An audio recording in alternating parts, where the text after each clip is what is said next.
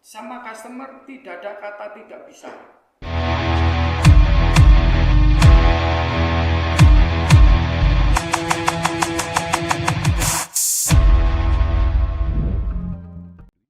Verticalizer, Sobat Ji dan Sobat Print Media. Saat ini saya bersama Pak Willy. Iya. Yang dari Gading Murni. Iya, Pak. Dan paling senior, bahkan teman-teman sempat bilang ini profesor dari Gading Murni. Kalau nggak ada Pak Willy, Gading Murni bingung mau kemana nih arahnya. Itu ya. Karena saya seorang penjelajah, Pak. Penjelajah? Iya. Maksudnya apa tuh penjelajah? Penjelajah, saya keliling hampir seluruh Indonesia. Seluruh Indonesia, Pak? Seluruh Indonesia, ya Indonesia wilayah 80% saya sudah jelajahi. Seperti itu? Iya. 80%, tapi dengan luasan yang segitu luas. Iya. Paling tidak, satu persatu customer. Iya. Masih ingat? Masih. Sampai sekarang masih berhubungan.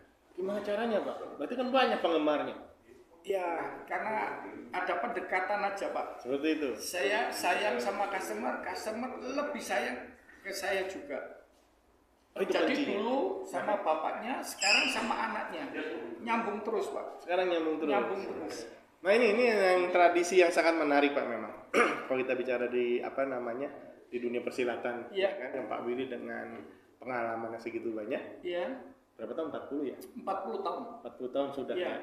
Nah, jadi nggak heran pada saat menangani customermu, paling tidak saat ini sudah generasi kedua minimal, bahkan Iya. generasi ketiga. Iya. Rata-rata antara generasi 2, generasi ketiga. Saat ini. Iya. Nah, bagaimana menjaga komunikasinya, Pak, sama mereka, Pak? Jadi kalau ngomong sama bapaknya nyambung lah. Iya. Ngomong sama anaknya mulai nyeleneh nih. Iya. Ngomong sama cucunya ruwet, Pak. Iya. Kalau saya bisnis itu sesuai papanya Pak Arwan. Saudara mau itu ada pesan. Oke. Sama customer tidak ada kata tidak bisa. Oh. Ya. Nah, maksudnya Harus bantu sama customer. gitu. Sejelek apapun customer harus kamu bantu supaya dia bisa bangkit lagi. Seperti itu. Iya. Jadi customer kecil jangan lihat kecilnya. Yang penting orang itu mau kerja jujur, kamu bantu. Itu yang menjadi kunci. Iya, itu pesanannya Pak Arwan ya. Gitu. Jadi sampai sekarang saya masih ingat. Jadi saya kalau sama customer, saya nggak milih orang, Pak. Entah itu orang kulit putih, kulit hitam, kulit hijau, semua saya rangkul. Gitu. Semua Cakep, saya mau jelek. Yang penting hidup. Yang penting hidup. Saya pernah, Pak, itu customer, ini sedikit saya cerita ya. Ada customer, wah Pak Willy jangan masuk orang itu. Tapi orang itu baik, jujur, lugu, Pak. Seperti itu. Lugu. Terus saya kan tanya banyak teman. Ya kadang-kadang itu ada saingan bisnis ya. Dia nggak suka sama si A, tapi dia jelek-jelekan si A.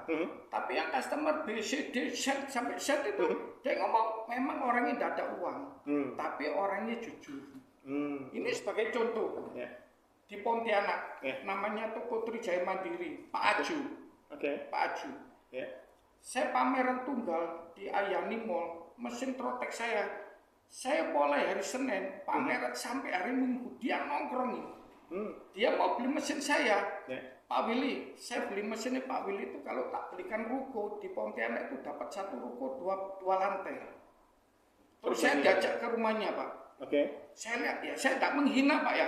Memang orang tidak punya. Sederhana. Rumahnya itu di belakang penjara, Jalan Raden Saleh. Saya masih ingat. Sudah sederhana. Sederhana. Belakang penjara pula. Belakang penjara rumahnya, persis belakang penjara.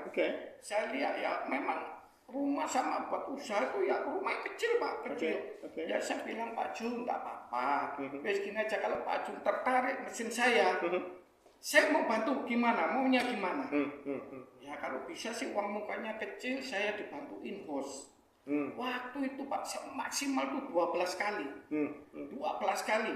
Tapi sama dia saya kasih 18 kali. Kalau saya 18 kali saya mampu, Pak Willy. Oke, salaman sama saya deal.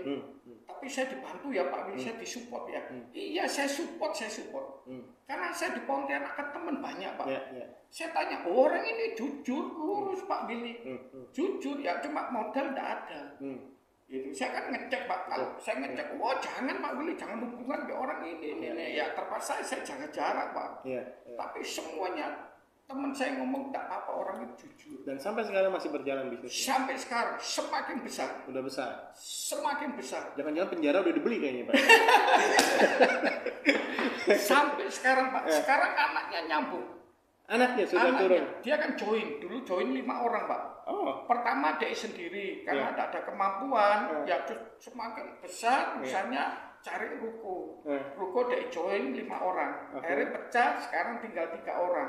Tapi berkembang Pak, bisa beli rumah, terus beli ruko lagi, Dia tuh sangat open sama saya. Sangat open, beli rumah. Kayak dia ngomong kok, ini kalau tidak ada Pak Willy saya tidak bisa beli rumah di sini. Luar biasa. Iya, open, sangat open. Makanya sama saya tuh dia itu kayak sungkan gitu loh Pak. Kalau ngomong-ngomong ya sebagai kepala cabang atau teman yang baru buka cabang di Pontianak, yang dia ngomong apa deh. Iya. Jadi dari kita baik sama orang itu akhirnya nyambung Pak, nyambung. Saya di Pontianak jujur aja, telepon Pak Willy tanya mesin ini, loh kok tahu nama saya dari mana? Dari desa Pak, dari desa. Oh saya dikenalkan sama Pak Aju. Oh iya, saya kasih Pak, saya kasih gambarnya apa, ya langsung deal. Kadang-kadang saya tidak datang, ya dealnya by telepon. Begitu deal saya tanya si Aju, kamu kenalin saya ya nama si A ini, dari desa mana? Oh iya betul Pak Willy, ya sudah. Ya udah, jadi nyambung Pak. Jadi istilahnya kalau saya sama customer, sejelek apapun harus tetap dirangkul. Asal orangnya tuh bukannya utang nggak bayar ya Pak. Ya itu aja. Kalau mau misalnya lah ada pembayaran molor-molor dikit, ya wis lumrah lah Pak, namanya orang bisnis ya. Gitu. Jadi saya rangkul di situ. Nah ini apa namanya? Kalau saya jadi sales Pak, berhadapan sama Pak Willy, saya pasti takut Pak. Nggak akan nembus berarti. Nah. Bisa mempercayai seseorang Pak ya dengan kondisi itu tadi apapun ya apa sih yang menjadi kunci Pak membuat Pak Willy yakin oke, ini orang patut dibantu? Kita manusia tuh Pak semua sama Pak, cuma instingnya itu yang beda-beda. Kalau saya mata, hidung, mulut, kuping tuh saya pasang semua Pak. Kalau saya pertama ketemu orang diplototin? Oh bukan. Maksudnya apa artinya dipasang nih? Istilah Pak bahasa Surabaya. Pertama ya kita kongko-kongko, ya terus kedua kita kan survei ke tempatnya Pak. Lokasinya, dagangnya apa? Ya saya tanya, kamu dagang ini sudah berapa tahun? Hubungan sama siapa aja? Misalnya sama supplier itu siapa aja yang kamu pernah hubungan sama dia? Dari situ kelihatan Pak. Dari situ kelihatan. Dari kita ngobrol seperti itu orangnya seperti apa? Iya, harus punya insting yang kuat. Oke. Gitu. Kuncinya di sana. Jadi instingnya itu kita kalau pertama kenal sama orang, saya ambil negatifnya dulu. Yaitu negatifnya saya tanya, kamu sudah berapa tahun? Dagang, kamu siapa aja yang nyuplai kamu? Kamu kenal ambil siapa aja? Kalau dia ngomong open, baru saya tanya, oh saya sama Angkasa Pasar Pagi, sama siapa? Kalau dia nyebutin sama owner, oh sama Pak Afung, atau sama anaknya Raymond, kan jelas Pak. Berarti saya mesti tanya, kamu hubungan dengan siapa? Dia ngomong nama tokonya tapi tidak tahu orangnya. Nyebutin orangnya itu ada, itu bohong aja. Tanda tanya. Bohong aja. Itu. Tapi kalau betul Afung, ya berarti betul kan saya kenal Pak. Saya hampir semua Indonesia yang brosur bersih di kota manapun itu saya kenal pemiliknya. Kenal semua saya. Itu. Kenal. Sampai Irian pun saya tidak masuk, tapi saya ada teman di sana, saya belum kenal, belum pernah ke Irian. Cuma ada beberapa customer sudah hubungan dengan saya. Ya sampai hari ini Pak, sampai hari ini. Paling banyak kenal orang di mana Pak? Di pameran, kedua dari info dari teman. Satu-satu. Iya. Provinsi terbesar yang kenalannya banyak di mana?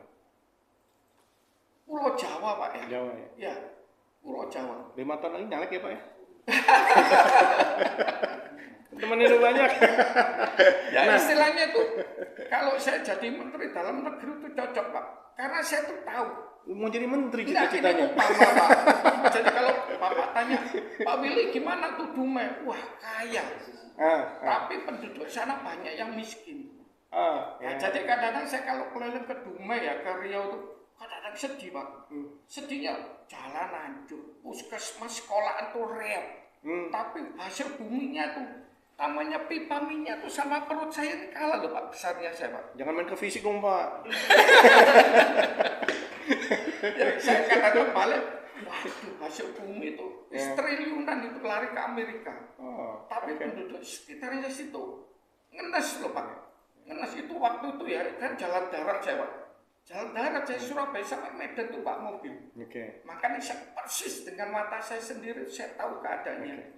Baik. Kalau saya presiden Pak, saya tahulah menteri dalam negeri siapa yang akan saya tunjuk Pak. Udah tahu. Nah, 40 tahun pengalaman di Gading Murni. Produk apa yang paling dikenal oleh Pak Willy? Saya pertama kerja di Gading Murni, tadinya tuh pertama mau ikut Pak Rudi, Konica Minolta. Karena background saya tuh lulusan SD. Iya, waktu itu Konica masih Minolta Pak, Minolta 450Z. Masih hafal nomornya? Iya, masih hafal saya. Dari situ terus Pak Rudi kan sibuk. Saya tanggal 5 November tahun 84 saya gabung di Gading Murni. Harusnya tanggal 1 kalau ketemu Pak Rudi saya langsung diterima. Karena waktu itu Pak Rudi lagi meeting di Jakarta. Terus begitu pulang tanggal 5 saya ketemu, ya udah wes, hari ini kamu tak terima, cuma kamu tak titip adik saya. Saya digandeng, dititipkan Pak Arwan. Jadi mau Pak Arwan, ya udah wes kamu tak terima. Kamu suka ya apa? Saya sukanya di lapangan. Saya kalau di dalam toko saya tidak kerasan. Ya udah wes kamu sales ATK. Oke. Saya sales ATK Pak. Iya. Sales ATK di showroom. Kira-kira ya tidak lebih 2 minggu. Saya diajak sama papanya Pak Arwan pameran produk di Hotel Hyatt. Kalau nggak salah tuh 3 hari atau 4 hari. Pameran produk saya lihat barang itu kok banyak orang yang antusias, banyak yang minat Pak, banyak minat. Saya jaga itu, saya sendirian, saya cuma satu estalase. Dari situ Senin saya ngadep Pak Arwan sama Pak Arwan. Saya mulai hari ini saya keliling door to door jual stempel. Loh, kamu kata nih mau jual ATK, nggak apa-apa, jual ATK sekalian aku jual stempel. Jadi saya utamakan stempel Pak.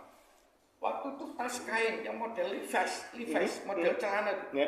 Saya masukin bawa kertas plat satu tumpuk ya, yang ukuran kecil. Isinya stempel semua itu? Stempel aja. Saya door to door, jalan kaki di Jalan Tunjungan, Pasar Genteng. Saya jelajahi, waduh booming Pak. Booming, dari barang nggak laku, jadi laku. Sudah Pak Arwan itu sudah tidak mau import lagi, Pak Arwan sudah tidak mau import. Tidak mau import. Begitu saya gurunya laku Pak. Cuma bikin letternya Pak, dulu tuh setengah mati tuh zaman purbakala yang nggak ada mesin elektrik, nggak ada. Pakai rugos. Diukir sendiri. Diukir. Itu saya tiap malam saya kerja sama Mbak orang kaki 5 di Embong Malang. Karet-karet stempelnya dari ban mobil itu. Saya masih ingat, saya sering ke sana melihat cara bikin prosesnya saya tahu. Dari rugosnya seluruh dari rugos. Ini. Saya tiap malam Pak pulang dari kantor Tunjungan di atas jam 9 malam mau jahit stempel. Pak Arwan bantu sampai malam. Sampai malam. Tidur pun mimpinya stempel. Udah gitu kerja enggak selesai tak bawa pulang loh Pak. Tak bawa pulang mandi lanjut lagi sampai jam 12 jam 1 saya baru tidur.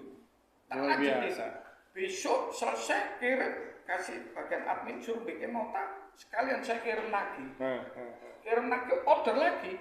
Pokoknya tiap hari tak pernah kosong stempel. Seperti itu. Iya. Jadi teknologi yang paling dikuasai Pak Willy stempel. Stempel. Saya dari stempel model apapun satu bisa. Tapi terkait teknologi yang ada nih, sekarang kan udah nggak perlu diukir colok-colok lagi nih. Iya nih. Terus jadi gimana nih? Bantu. Nah, ya. Sorry. Iya. Gimana? Bapak. Iya. Nah, jadi terkait stempel itu. Nah, pendapat Pak Willy dengan teknologi yang berkembang sekarang pakai laser berarti. Iya. Seperti apa? Wah, jauh Pak. Jauh ya. Kayak bumi di langit. Saya sekarang suruh bikin stempel seperti dulu, tak mau Pak. Biarpun stempel sekarang misalnya harga 100.000, saya dibayarin 500.000, 5 kali saya nggak mau. Dengan teknologi seperti dulu ya.